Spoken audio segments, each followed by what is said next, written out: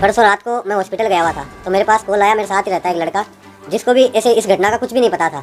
वो अपनी शॉप से आ रखा था पेट्रोल पंप की तरफ, तो उसका कॉल आया था कि 2 सवारी छोड़नी है सुजानगढ़। तो मैं बोला ठीक है छोड़ दूंगा। फिर मैं घर पे आके वाइफ को ड्रॉप करके हम हॉस्पिटल गए हुए थे। ड्रॉप करके फिर वापस गया था तो वहाँ से वो पीछे वाली सीट पे बैठ गए थे दोनों। और जिसका कॉल आया था और एक लड़का और साथ में था जो मेरे साथ ही रहता है, वो एक लड़का पीछे बैठ गया और आगे की तरफ एक लड़का बैठ गया। उनको मैं बोला आप दोनों चलो, नाइट का टाइम है, 2 लड़कों को छोड़ना है, आपने फोन किया तो साथ में सेफ्टी रहेगी, नाइट का टाइम है।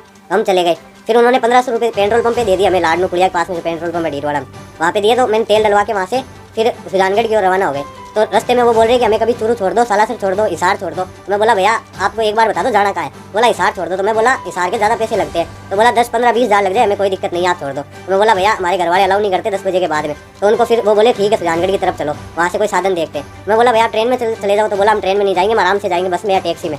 तो फिर उनको एक बस दिख गई सुजानगढ़ बस स्टैंड पे, दिल्ली नोखा लिखा हुआ था उस पर। तो वहीं उन्होंने गाड़ी रुकवा ली और उसी बस की तरफ वहाँ कंडक्टर से बात करने लग गई कि हमें हिसार जाना है। तो उनको वो बोला कि हिसार तो नहीं जाएंगे। फिर वो धारोड़ा की ऐसी कुछ बार बार में बोल रहे थे, कभी सालासर, कभी सुजानगढ़, कभी हिसार, कभी चूरू, ऐसे बोल रहे थे। तो फिर हमने वहीं सुजानगढ़ में ड्रॉप कर दिया था उनको। आपको कब पता चला कि वो इतने बड़े अपराधी थे? सर जब मैं रात को आया था, लेट आ गया, 11:30 हो गए थे आते आते।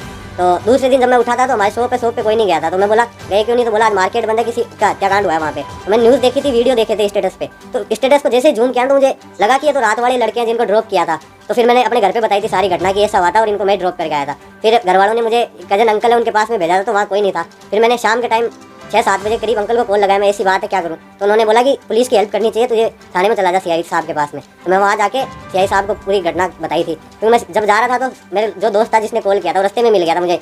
तो उसके पास में खड़ा था, तो वहाँ पुलिस की गाड़ी आई थी और हम दोनों को वहाँ से एसपी ऑफिस